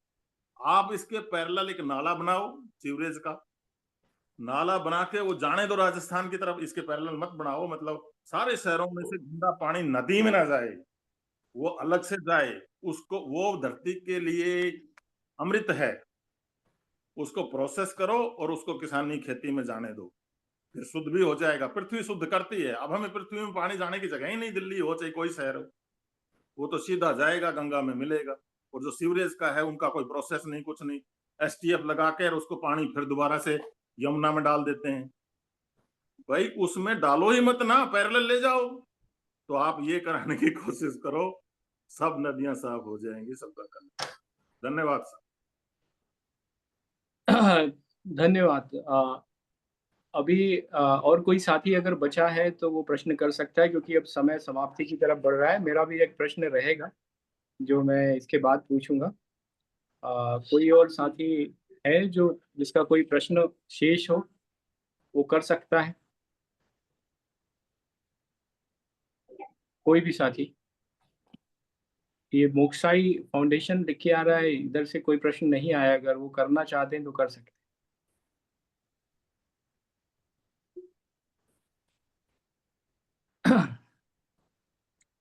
जी, मुझे लगता है कि मेरा ही आखिरी प्रश्न है, मैं करता हूँ। आदरणीय ब्रिगेडियर साहब, जो आपने बातें बताई वो बहुत ही हमारे लिए एक तरह से ज्ञानवर्धक है। साथ ही साथ इसमें जो विषय निकल के आई कि प्रकृति क्या होती है और प्रकृति के क्या फायदे हैं, वो मनुष्य भूल चुका है। मनुष्य मनुष्यता भूल चुका है, इस वजह से ये समस्याएं आ रही हैं। जो जैव विविधता है वो हम खोते जा रहे हैं, इस वजह से ये समस्याएं हैं। जो गायों में म्यूटेशन हुआ उसकी वजह से ये समस्याएं हैं। और साथ ही साथ जो जिस क्षेत्र की गाय है उस क्षेत्र की गाय में ना रहकर, वहाँ ना रहकर और दूसरे क्षेत्र में पाली जा रही है, तो इस वजह से ये चीज़ें आई हैं। मेरा एक जो प्रश्न है जो गोपाल जी ने रखा था, वहीं से मैं शुरू करता हूँ। जो गोचर भूमि है जिस पर इतनी मारा मारी मची हुई है, पूरे देश में लूट मची हुई है, और स्थिति ये है कि लाखों हेक्टेयर गोचर भूमि इस समय कब्जे में है, अवैध कब्जे में है, और उस पर कोई सुध लेने वाला नहीं है, कोई जानने वाला नहीं है। समस्या की जड़ क्या है? और जब हम ज़्यादा गहराई से सोचते हैं तो हमें ये लगता है कि जो जड़ है वो हमारा जीवन दर्शन, वो दर्शन कई तरह का होता है। वो हमारा सामाजिक जीवन दर्शन होता है, वो शैक्षणिक जीवन दर्शन होता है, वो आर्थिक जीवन दर्शन होता है। वो मतलब हर तरह का जीवन दर्शन होता है जो आज का जो जीवन दर्शन है और जो प्रकृति केंद्रित और जो प्राचीन जीवन दर्शन था उससे बिल्कुल भिन्न है। और साथ ही साथ जब जीवन दर्शन बदला और परिस्थितियां बदली, तो एक बहुत बड़े जनसंख्या का दबाव पूरा भारतवर्ष इस समय अ, झेल रहा है। इस देश की जनसंख्या जब बंटवारा हुआ था तो उस समय सन 1951 की जनगणना के अनुसार लगभग 30-32 करोड़ होती थी, और आज ये जनसंख्या उसकी लगभग 5 गुना हो चुकी है। जमीन तो बढ़ी नहीं और बल्कि कम हो गई, लेकिन जनसंख्या 5 गुनी बढ़ गई। तो जनसंख्या बढ़ने का कारण जो दबाव आया वो जमीन पर आया, वो प्राकृतिक संसाधनों पर आया, वो नदियों पर आया, वो अ, जमीन कम हुई हमारी, खेती की जमीन कम हुई, हमारे वन कम हुए, और पूरी जो एक व्यवस्था थी, जो एक एक सिस्टमेटिक तरीके से जो चीजें चलती थी, तो वो खत्म हो गई। अगर हम भगवान कृष्ण के जमाने से तुलना करते हैं तो उस समय कितनी आबादी रही होगी मुझे नहीं मालूम, लेकिन ये डॉक्यूमेंटेड है कि 13वीं शताब्दी में भारत की आबादी करीबन 2 से 3 करोड़ थी। तो 2 से 3 करोड़ जब 13वीं शताब्दी में थी, तो आज से 2000 साल पहले तो उससे भी कम रही होगी। तो ये जो जनसंख्या का दबाव है, इसकी वजह से ये इतने सारे कंप्रोमाइज और इतने सारे रॉन्ग एक्सपेरिमेंट हुए हैं कि जिनकी वजह से उनका खमियाजा हमें और हमारे आने वाले जनरेशन को भुगतना पड़ेगा। तो मूल विषय पे अगर हम लौटें, अगर हमें गायों का संरक्षण करना है तो हमें गायों के चारागाह या फिर गोचर भूमि को बचाना पड़ेगा। लोगों की जीवन दर्शन में बदलाव लाना पड़ेगा, सरकारी नियमों में बदलाव लाना पड़ेगा, और साथ ही साथ ये जो जनसंख्या का दबाव है, इसका क्या समाधान हो सकता है, इसके बारे में सोचना होगा, तभी ये हो सकता है। लेकिन मेरा इसमें जो प्रश्न छुपा हुआ है वो ये है कि गाय जो जितनी पवित्र है, जो हमारे संस्कृति की प्रतीक है, माँ हम बोलते हैं उसको, तो इतनी सारी प्रयासों के बावजूद भी स्थिति दिन पे दिन विकट होती जा रही है। तो इसमें हम किस बिंदु से शुरू करें ताकि चीजें बेहतर होनी शुरू हो, ये मेरा प्रश्न है। किस बिंदु से शुरू करना चाहिए, मतलब पहले हमको क्या प्रयास करना चाहिए, ये मेरा प्रश्न है ब्रिगेडियर साहब आपसे।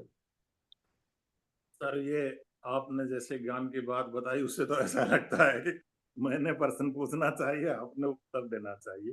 पर मैं फिर भी अपनी समझ से, मैं इसको ऐसा नहीं कहता कि ये असली आंसर है। मैं अपनी समझ से, क्योंकि मेरा भी 72 साल का एक्सपीरियंस है गाय के साथ, और मैं बहुत भाग्यशाली हूँ।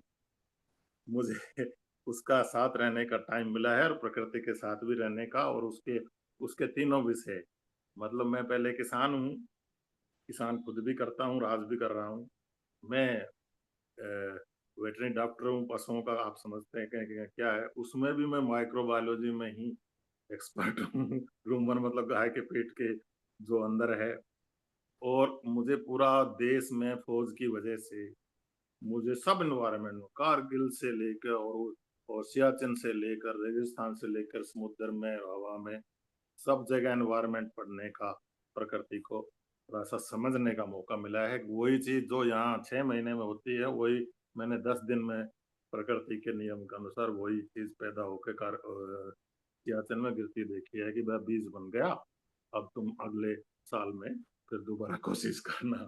तो ये प्रकृति ने जो चीज बनाई है वो बड़ी अच्छी है। पर पहले आपका क्वेश्चन का आंसर जो मेरे एक्सपीरियंस से ये है कि देखो, ह्यूमन नॉलेज के बगैर तो, ह्यूमन को चेंज करे बगैर तो कुछ नहीं हो सकता। परिवर्तनशील रहेगी है प्रकृति, उसको अब हम उस बैक में जाना की कोशिश करनी चाहिए, उससे सीखना चाहिए। पर हम उस स्थिति में नहीं जा सकते जो कृष्ण में आपने रीजन भी बता दिया कि अब संख्या ये है, अब जनसंख्या ये है, पहले क्या थी क्या नहीं, वो आप सब जानते हैं। तो अब हमें ये सब को पुरानी परंपराओं को सोचते हुए आगे क्या है मनुष्य की ये सब समस्याएं हैं, विश्व की समस्याएं हैं, इनको सोचते हुए अब हमें किस तरह आगे बढ़ना चाहिए, स्पेशली गाय के और अपनी खेती के खान पीन के परंपरा के बारे में, ताकि हम कुछ बैलेंस बनाएं और ना बिगड़े, इससे वापस आने की कोशिश करें और ज्यादा लोग करें। अभी जैसे आप लोग हम सब 15-20 आदमी डिस्कस कर रहे हैं, तो ये ग्रुप और बड़े बड़े तो फिर शायद कुछ हो। आपने जो बात कही उसी में इसका आंसर है, पर मैं जो थोड़ा सा मैंने सीखा है उससे मुझे ऐसा लगता है कि हमें नंबर 1 प्रकृति का ज्ञान और मनुष्यता का, मानवता का ज्ञान तो प्रायोरिटी होना चाहिए। हमारा धर्म भी यही कहता है। हमारा प्रकृति से में हमारा डेवलपमेंट हुआ है, हमारी सनातन संस्कृति का, हमारी भारतीय संस्कृति का, हमारी आर्य संस्कृति का, हमारी वैदिक संस्कृति का, हमारी हिंदू संस्कृति का। और ये प्रकृति की गोद में हुआ है जब हमने इन लोगों ने सबने प्रकृति को सुपीरियर माना। इसीलिए पीपल के पेड़ की भी पूजा होती है, गाय की भी पूजा होती है, सूर्य की भी पूजा होती है, नदी की भी पूजा होती है, क्योंकि ये प्रकृति है। प्रकृति ने किस लिए बनाया है? सब जीव के कल्याण के लिए बनाया है, तो वो ही प्रकृति है। तो इसकी तरफ वापस अब एकदम नहीं मुड़ सकते, क्योंकि ये सब समस्या आपने गिनवा दी। इसकी तरफ हमें धीरे धीरे मुड़ना चाहिए। सबसे पहला तो मेरे ख्याल से एजुकेशन है। अब वो सिस्टम हम गुरुकुल वाला और वो भी कोशिश करनी चाहिए, पर वो ना आए तो हमें कम से कम प्रकृति का ज्ञान स्कूल में, कॉलेज में, यूनिवर्सिटी तक भी, समाज में। आप बताइए, आपका मेरे से ज्यादा एक्सपीरियंस है, कौन दे रहा है, कौन कितने लोगों को दिया जा रहा है कि क्या प्रकृति है, कि वो क्या ह्यूमन से चाहती है, वो कैसे फंक्शन करती है। मैंने बताया ना, प्रकृति का तो व्यवसाय ही यही है, जीव कल्याण। उसमें खेती भी आ गई, खेती भी पेड़ पौधे जीव है, और उसमें पशु पक्षी भी आ गए। तो इसका तो ना कहीं ज्ञान दिया जाता है ना कुछ और। फिर मनुष्य क्या है, ये तो आपका आध्यात्मिक और संतों का काम है। तो मनुष्य को मनुष्यता की तरफ कैसे मोड़ें, ये बड़ा सवाल बिल्कुल सकते हैं। अब रही गाय पालन और प्राकृतिक खेती की तरफ, बिल्कुल सत्य बात है। इतनी पब्लिक के उसमें ही ये डेवलप हुआ है कि उनका पेट भरना पहले जरूरी है, क्वालिटी बाद में आनी चाहिए या आएगी। पर वो क्वालिटी की तरफ अभी कोई, मैं तो बिल्कुल गांव से हूं, और सबसे बड़ी समस्या है कि किसानों ने ही खेत में अपने हाथ से काम करना छोड़ दिया। ये जो शरीर बना है ये पैर चलने के लिए है, पर हम एक टेबलेट खाकर ये दिमाग को तो बड़ा कर लेंगे और वहां बैठे बैठे बैठे बैठे ये करेंगे। तो हम भी प्रकृति की ये छोटी सी बात ही नहीं समझ रहे कि ये पैर किस लिए बने हैं, वो कौन समझाए। तो हम सब लोग, मैं तो इसका बहुत सॉलिड हूं, आप इंडिया की बात छोड़ दीजिए, सब वर्ल्ड के सिटीजन जो भी हैं मनुष्य, वो जरूर प्रकृति के ज्ञान अर्जित करे, मनुष्यता की ओर बढ़े, और सब धर्मों में ये जो कट्टरता है ये खत्म करके आप प्रकृति को सुपीरियर समझिए। प्रकृति सुपीरियर है, ह्यूमन सुपीरियर नहीं है। हम ह्यूमन लोगों ने, अमेरिका है वो बम बना लिए और उसने इतनी पावर होगी, सारी चीजें मेरे अंडर है, मैं प्रकृति को तो कुछ समझता ही नहीं, तो वो बन गया राजा। हमें पालक की समोसा कितने का है? 20 रुपए।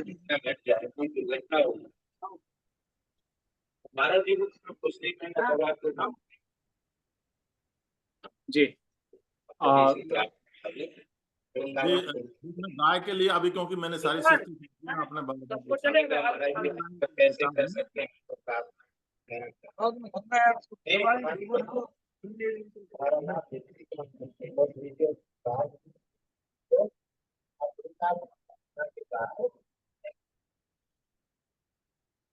कुछ हो जाएगा तो ठीक नहीं।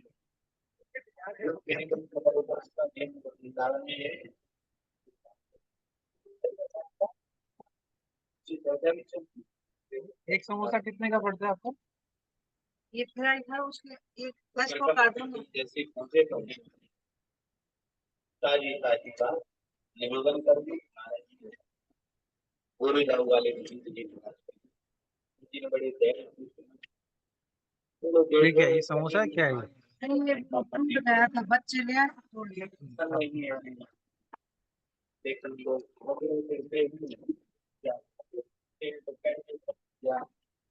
उठा ले जाओ जाओ कहीं कुछ चले गए हमने कहा हाँ जी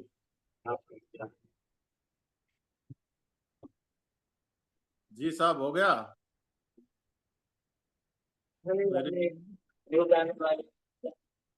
हेलो साहब हो गया क्या आवाज नहीं आ रही शायद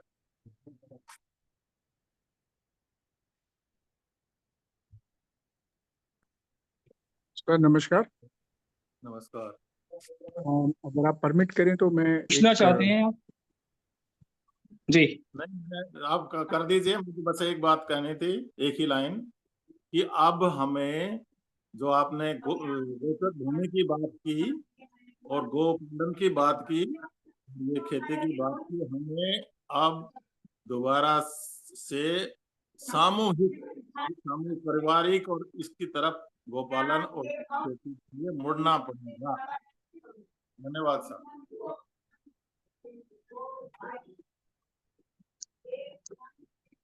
जी मैं अंत में अनुरोध करूंगा गोपाल जी से कि वो धन्यवाद वक्तव्य दें और आज की सभा हम लोग विसर्जित करें क्योंकि 9:40 हो चुका है। गोपाल जी। जी गोपाल जी सबों को पुनः प्रणाम। आज गाय के विषय पर इतनी गंभीर और संवेदनापूर्ण जो है और गाय का जो हमारे समाज पर मन मस्तिष्क पर जो प्रभाव होता है इसको जानने और समझने का मौका हमें विद्वान वक्ता डॉक्टर राजाराम यादव जी से प्राप्त हुआ। मैं समझता हूँ कि इनकी एक विशेषता है सेना में रहते हुए गौसेवा करने वाले उद्भट व्यक्तित्व रहे हैं और रिटायरमेंट के बाद भी गौ सेवा को प्रचारित और प्रसारित और उसको प्रॉफिटेबल बनाने के लिए उसके बारे में टेक्निकल चीजें जानने समझने और उसको समाज में विस्तारित करने का ये महत्वपूर्ण और दुर्लभ कार्य कर रहे हैं।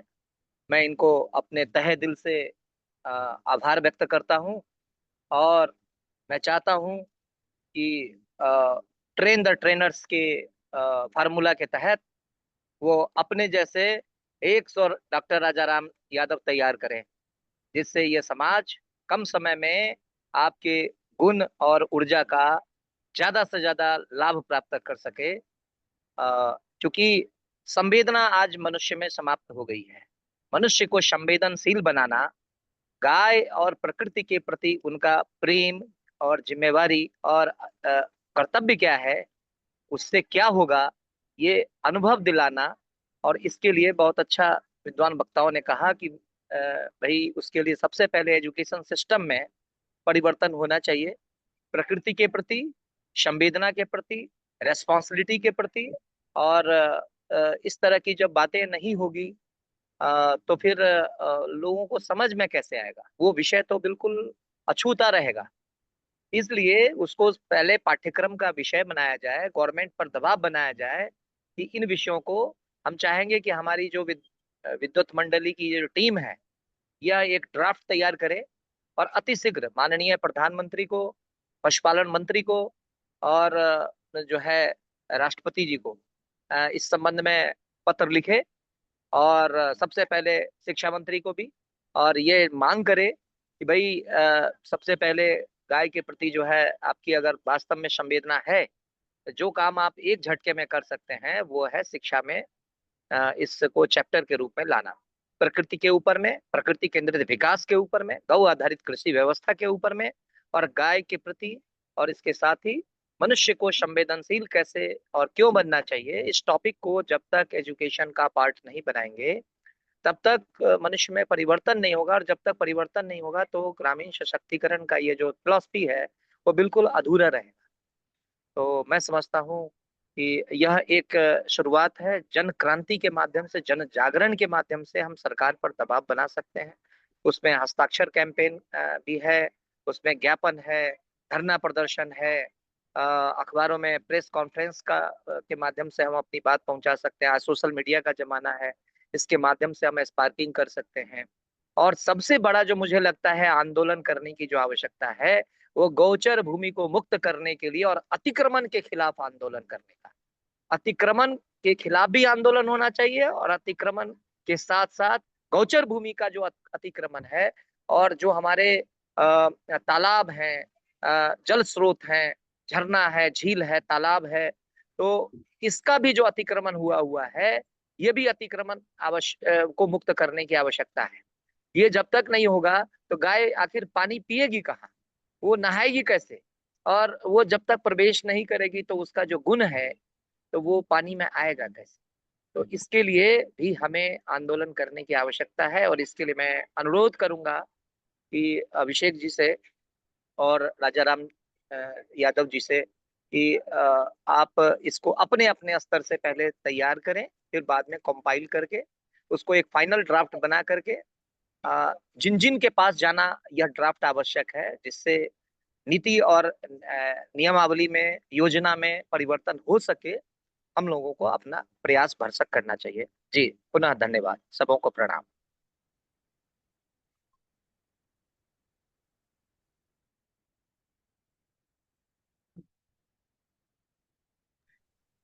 आप सभी को बहुत बहुत धन्यवाद। और डॉक्टर श्री ब्रिगेडियर राजा राम यादव जी का भी बहुत बहुत धन्यवाद। आने वाले समय में जो क्षेत्रों में जो गौपालन कर रहे हैं और जो गौपालन संबंधित समस्याएं हैं, तो उसके विषय में आपसे हम लोग जुड़े रहेंगे और साथ ही साथ ये जो गोपाल जी का सलाह है, इसको, इस मुद्दे को आगे ले जाया जाएगा, इस पर काम किया जाएगा और आपका मार्गदर्शन हमें यूं ही मिलता रहेगा। इस आशा के साथ इस सभा को हम विराम देते हैं और सभी को दिन मंगलमय हो। शुभ रात्रि।